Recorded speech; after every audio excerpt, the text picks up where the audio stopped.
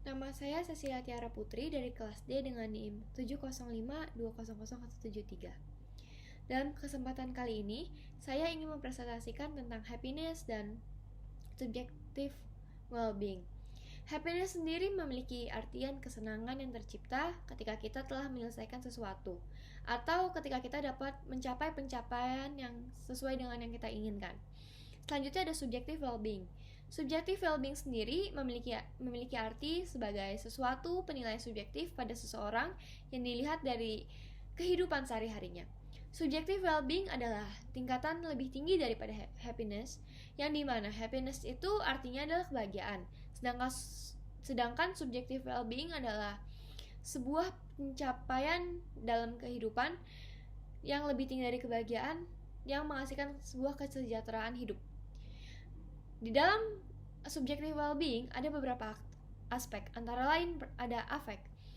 Affect adalah gabungan dari mood dan emosi atau perasaan yang ada di dalam seseorang. Affect yang baik akan menghasilkan rasa percaya diri, keyakinan yang tumbuh pada dalam diri seseorang. Namun, affect yang menjadi negatif karena bisa menghasilkan perilaku individu yang merasakan kecemasan berlebih dan tidak ada rasa percaya diri.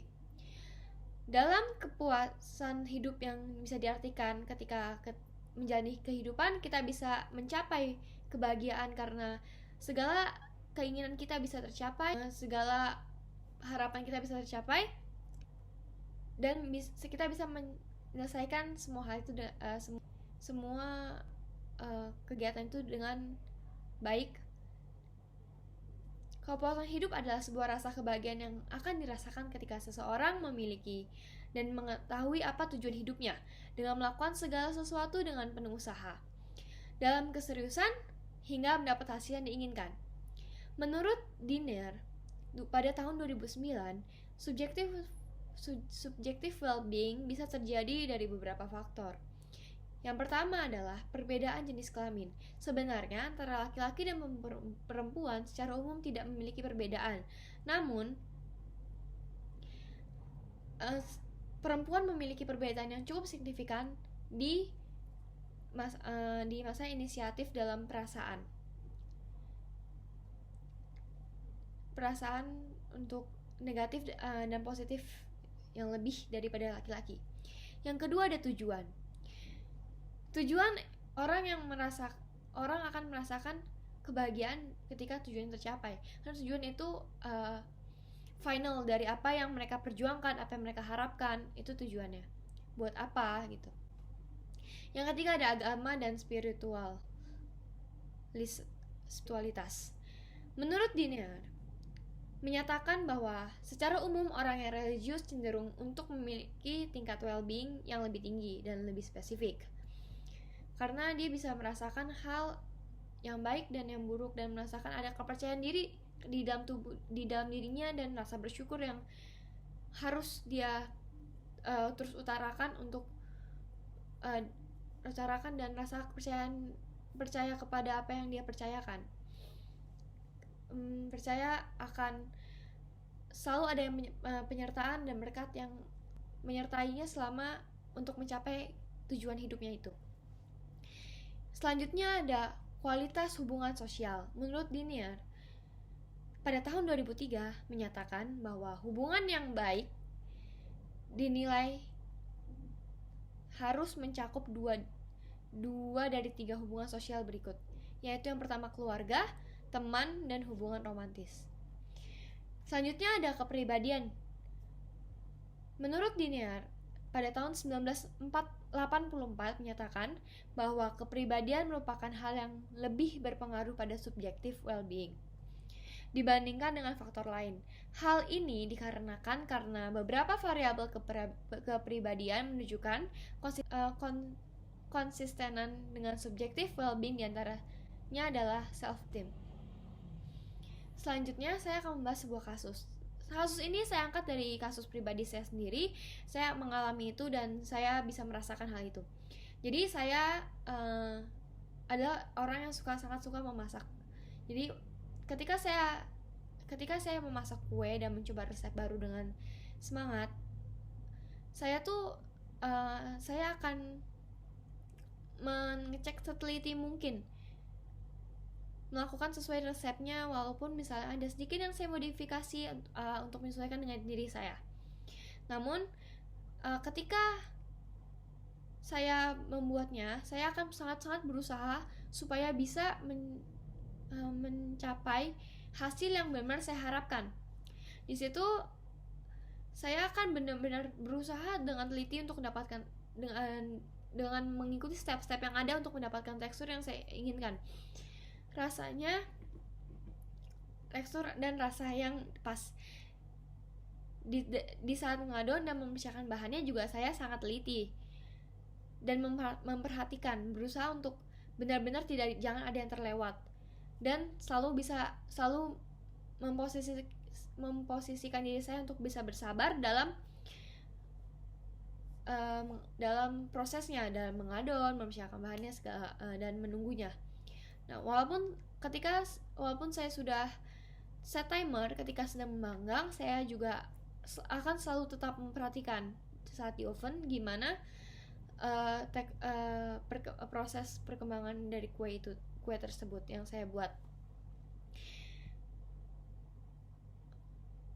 Setelah itu, setelah emang sudah cukup menurut saya dan memang sudah sesuai dengan prosedur, ketika saya angkat, saya akan menunggu sampai kering dan menunggu sampai dingin, agak sedikit dingin, dan bisa baru saya plating atau saya potong.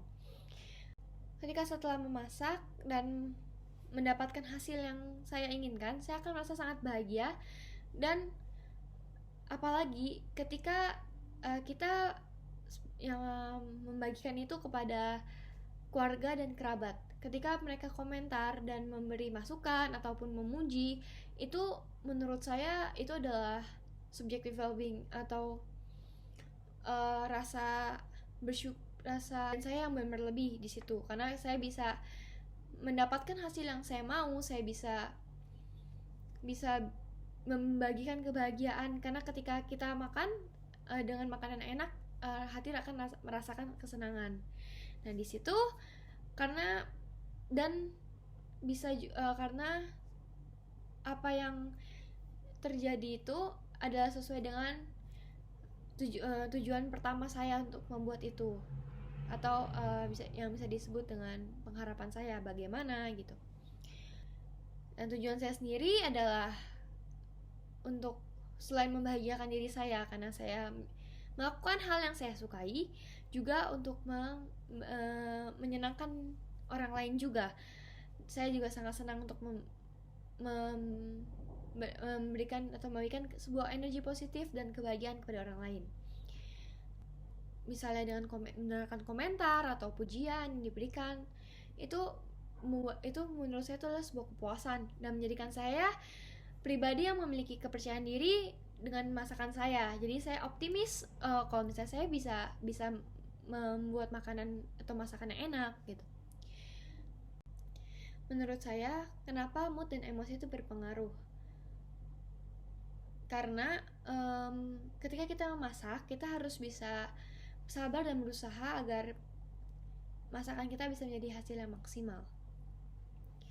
Kemudian menurut pendapat saya, kita sebagai makhluk hidup dan manusia ya harus memiliki target hidup.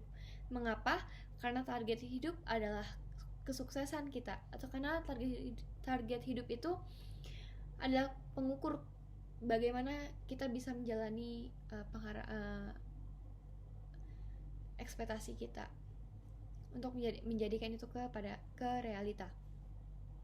Ketika kita mengetahui apa yang kita jadikan target, dengan adanya target, kita akan menjadi orang yang sangat menghargai segala sesuatu yang terjadi dalam hidup kita, menghargai waktu, dan mengenal yang dinamakan sebuah perjuangan. Di dalam seluruh kehidupan kita pasti memerlukan perjuangan, dan perjuangan adalah kunci dari sebuah kesuksesan yang akan kita dapatkan, dan kebahagiaan yang akan kita rasakan, serta rasa kepuasan dan rasa bangga terhadap diri kita sendiri karena telah berhasil mencapai kesuksesan ataupun bisa disebut mencapai harapan kita. Mulailah dengan hal kecil yang membawa rasa puas dan bahagia, karena hal itu akan selalu diingat dan berkesan pada diri kita sendiri maupun orang lain. Dari kebahagiaan dan rasa puas diri sendiri memiliki banyak manfaat bagi kesehatan, tubuh dan mental. Dan menjadikan kita seorang yang optimis dan bisa membawa energi positif dimanapun kita berada, dan bisa selalu mensyukuri apa yang telah kita capai dan memiliki motivasi dan memiliki rasa untuk memotivasi diri sendiri dan orang lain untuk melakukan hal yang positif juga.